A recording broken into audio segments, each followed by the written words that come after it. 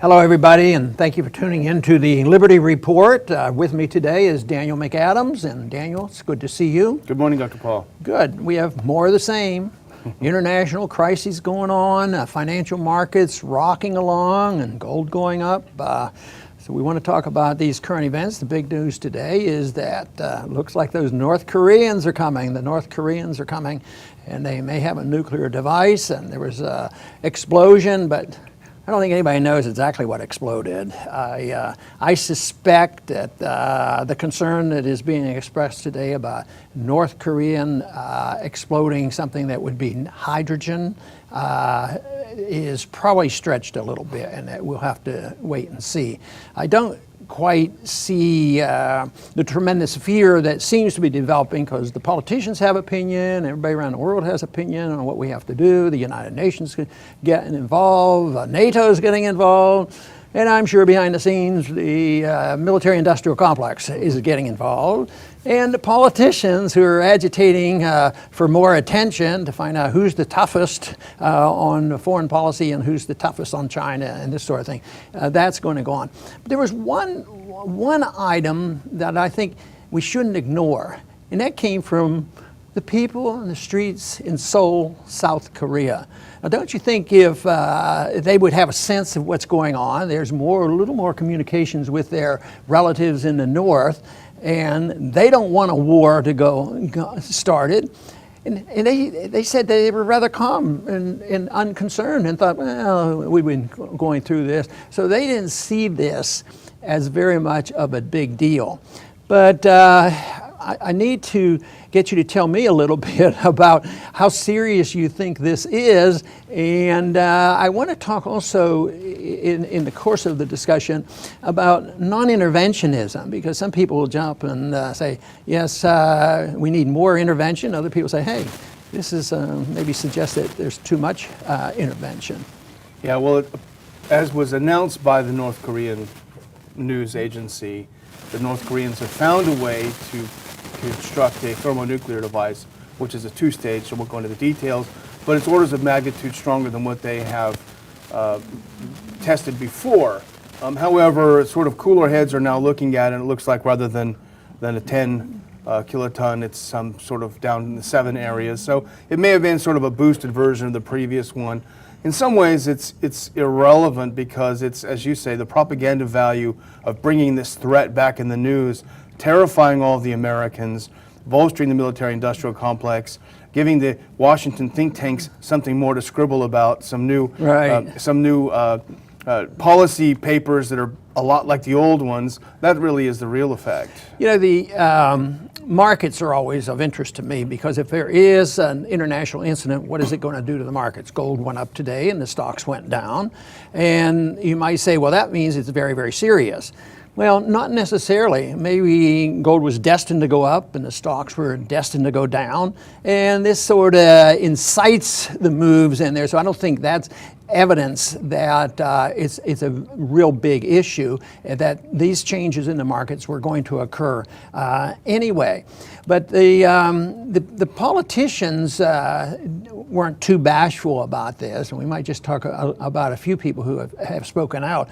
Like Rubio was not bashful about this, and just fit into his scheme. Weak president. It's all Obama's fault. If Obama would have been, more intimidating, put on more sanctions and things like that. How can you put more sanctions on a country that have no imports? So anyway, but Rubio, spoke out, but there were some others that spoke out as well. Well, according to Trump, it's all China's fault. Even though China was one of the first to condemn it, it firmly opposes these testing. Jeb was similar to Rubio. He said North Korean nuke test shows danger of continuing feckless Obama-Clinton foreign policy. Now that we might agree with if he meant coming to our side and doing something different. Yeah. But he's talking about doing more of what they did. Because but this thing on Trump, he said it's China's fault, but he went a little bit more in detail than he does sometimes. We got China is at fault because they're an adversary of ours, and one of the biggest adversaries around the world, and we got to stop them. We got to be tough on trade. So he said this is an excuse to be really, really tough on trade with China at this particular time. Well, he completely misunderstands the role of trade. Trade is a great diplomat. And when trade happens, countries are more likely to get along. Like you pointed out a few years ago when we had a little dust up with China, the fact that we trade with them so much, I think prevented it from escalating. Yeah, it certainly is different today compared to when I was in high school and our teachers were drafted and sent off to Korea to fight the Chinese. But I don't think, it baffles me because somebody showed an interview Trump had quite a few years ago, and I have to say he was pretty consistent. Even 10 years ago, he was a protectionist, and a populist. But he's a financial person. He gets his finances from government and, easy credit and this sort of things. And he had to have some help, in his bankruptcies. But he never brings up Federal Reserve policy as one of the problems that we have in trade. So if we have the reserve currency of the world, we print a lot of money, we have cash floating around here, and then the people who end up with this cash start buying where the products are cheaper. It was the inflation that caused that to happen, but he never suggests and never claims he understands the fact that that's a benefit. We're getting cheap products. We're helping poor people in this country. And the money doesn't go into a shoebox. They don't burn it. They have turned around and loaned it back to us and bought things from us. They do buy things from him. But to him, it's all China's fault. But it seems like he doesn't understand, the trade issue. One of the problems of claiming you have all the answers, you have a lack of curiosity then for other solutions. Right. But it's this whole issue, I think, and the title of our program is about the issue of interventionism and non-interventionism. And the U.S. policy, to a degree, has driven North Korea to where it is. And here's a great quote I found from a university student in North Korea. He said, "If we didn't have powerful nuclear weapons, we would clearly have been turned into slaves of the U.S." We can say, I'm sure he was victim of the propaganda of North Korea and everything, but look at the real world and what's happened to countries that have turned over their nukes. Look at Libya when it turned over its nuclear program, regime change. Look at Syria that didn't have a program, regime change. Iran has turned over their nukes. It's ended their nuclear program and sent the enriched uranium to Russia. And what's happening with Iran?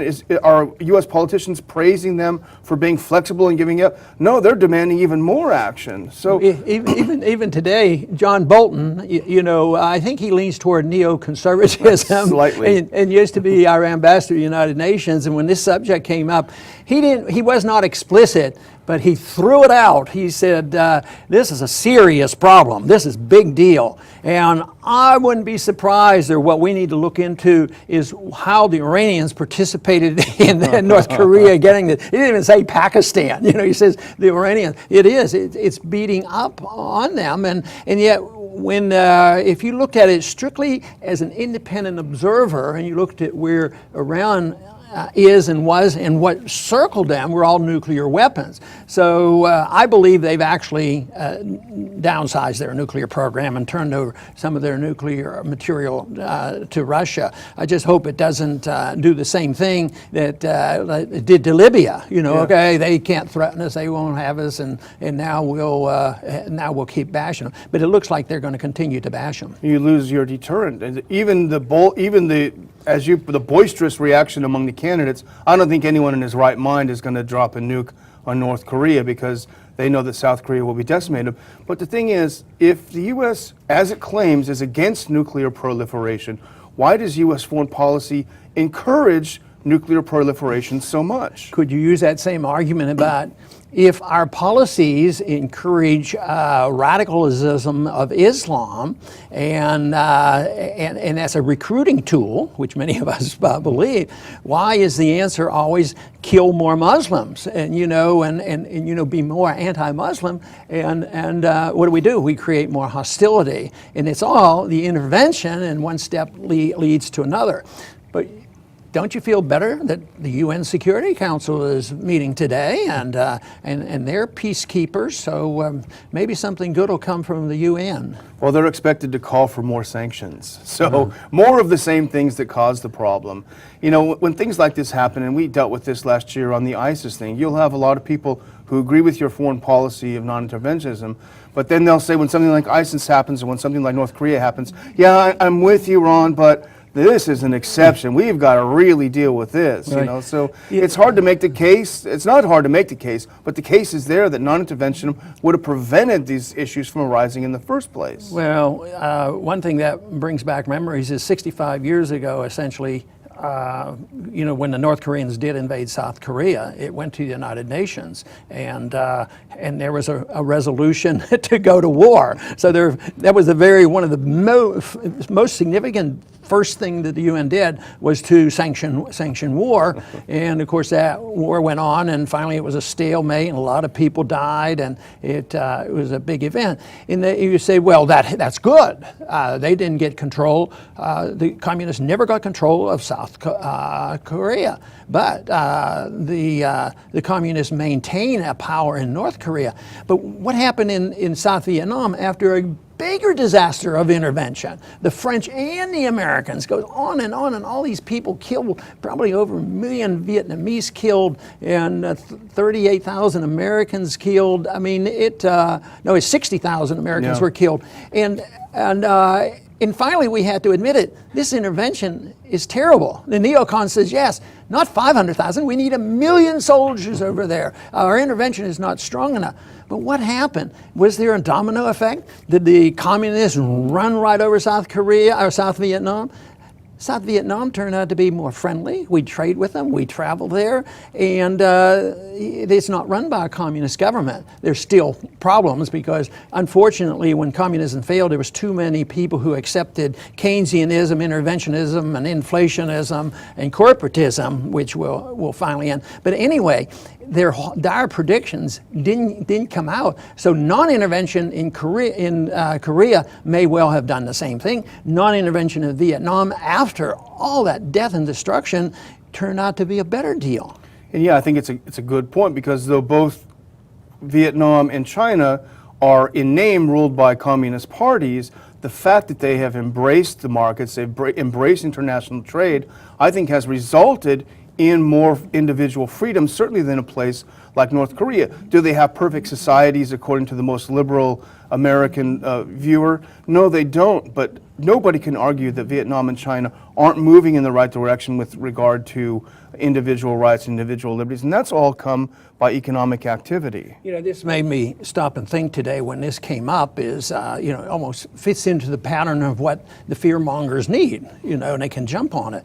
Do they orchestrate this? You know, there's all kinds of stories about how the bombing of Pearl Harbor came about. Do they orchestrate it? They put up with it, and they tolerate it, and they use it, and probably a variety of those things. But once it's out there, it seems like the propaganda machine gets busy, whether it's pro-war against Iraq or the sanctions against Iran. All this stuff seems to be well organized, and for some reason, I just don't believe it's the executive branch run by the presidents who's in charge. You know, yes, some of the politicians like Rubio blame it's Obama. He allows this to happen. But I don't.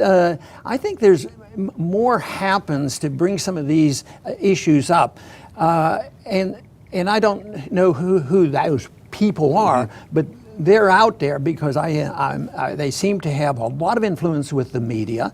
They have a lot of influence with the moneyed interest in banking, in the military-industrial complex, and you know, when there are overthrows of government, I don't even know if the president knows what's going on all the time. And you know, there's a fair number of American people right now believe that the CIA might have been involved with the Kennedy assassination. So there is a lot of secret government going on, but they seem to have control of the propaganda machine. Well, you know, Paul Craig Roberts would write that the 1% makes the rules for themselves. and they accept themselves from the rules that everyone else has to follow. So there probably is something to that. You know, this idea that maybe somebody says, well, today this is what we're going to do, and the messages go out, doesn't happen quite like that, but it almost seems that way.